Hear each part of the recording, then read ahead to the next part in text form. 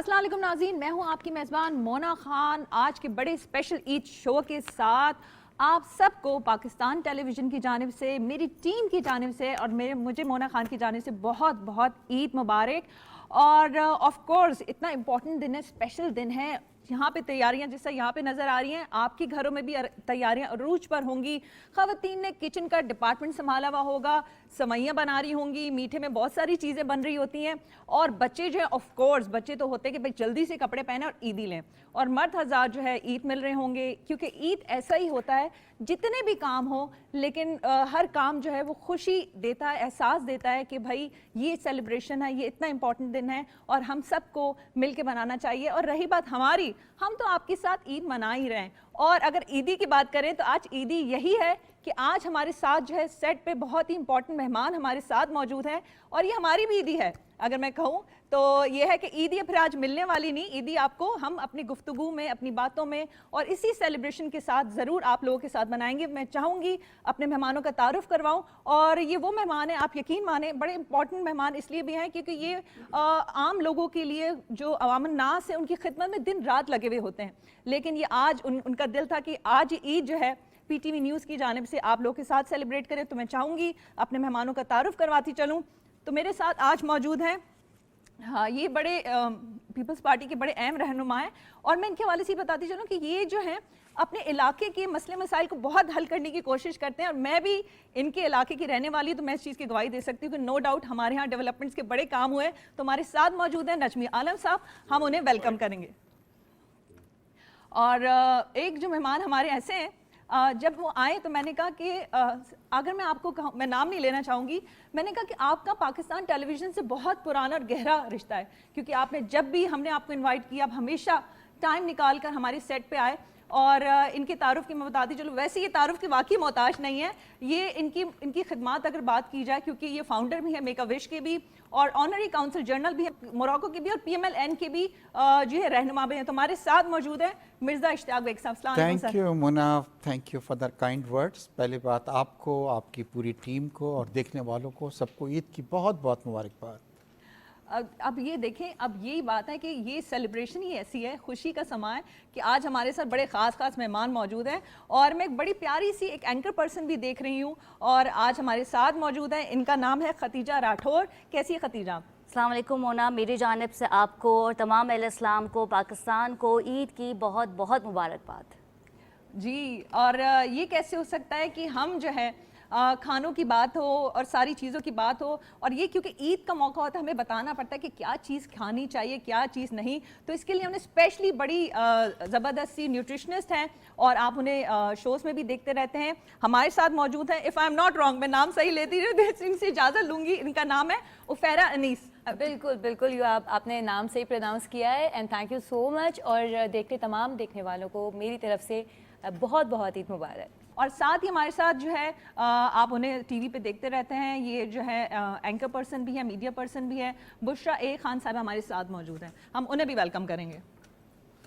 कैसी हैं बुशरा? पहले तो अस्सलाम वालेकुम और thank you so very much for inviting me here. और तमाम देखने वालों को, सुनने वालों को और यहाँ मौजूद मेरे तमाम दोस्तों को बहुत बहुत ईद मुबारक।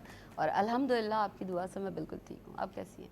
जी नाज़रीन, जिस तरह से मैं अपने तारुफ में खाने का इतना मैं बता रही थी, ये कैसे हो सकता है कि हमने अपने शो में खाने का एहतमाम ना किया हो। तो हमारे साथ बड़ी जब से आई हुई हैं वो अपने किचन में बिजी हैं, तो मैं उनका भी इंट्रोडक्शन करवाती चलूँ। हमारी शेफ़ मौजूद हैं सैरिश। कैसी हैं सैरिश? ईद मुबारक आपको। अस्सलाम वालेकुम, आपको भी बहुत बहुत ईद मुबारक और जो देखने वाले हैं उनको भी बहुत ईद मुबारक। जी अल्लाह का शुक्र, मैं ठीक हूँ। आप कैसे हैं? आई एम गुड भाई। एक तो ये कि मुझे आज इतनी खुशी इस बात की भी है, खाने का भी एहतमाम है, बड़े स्पेशल मेहमान भी हैं। मैं आप सबको बहुत बहुत ईद मुबारक कहूँगी। ईदी तो मैं इसलिए नहीं कह सकती, मैं कह चुकी हूँ कि आज आप लोग मौजूद हैं, तो यही हमारी ईदी है। तो मैं आपसे आगाज़ करूँगी नजमी साहब, क्योंकि मैंने अपने इंट्रोडक्शन में कहा था कि अवाम नास के लिए आप लोग दिन रात एक करते हैं, ईद का मौका है, लोगों की एक्सपेक्टेशंस भी होती हैं कि आपके पास आएँ, घर में आएँ, आपको विश करें, आपसे जो है ईद मिलें। तो किस तरह से अपनी चीज़ को, ईद का एहतमाम करते हैं, ईद के लिए लोगों के लिए टाइम निकाल लेते हैं? देखिए, ईद के पहले दिन तो कम लोग आते हैं, लेकिन सेकंड और थर्ड डे मेरा ये होता है कि तकरीबन 10 से 12 घंटे मुझे अपने ड्राइंग रूम में बैठना पड़ता है लोगों से मिलने के लिए।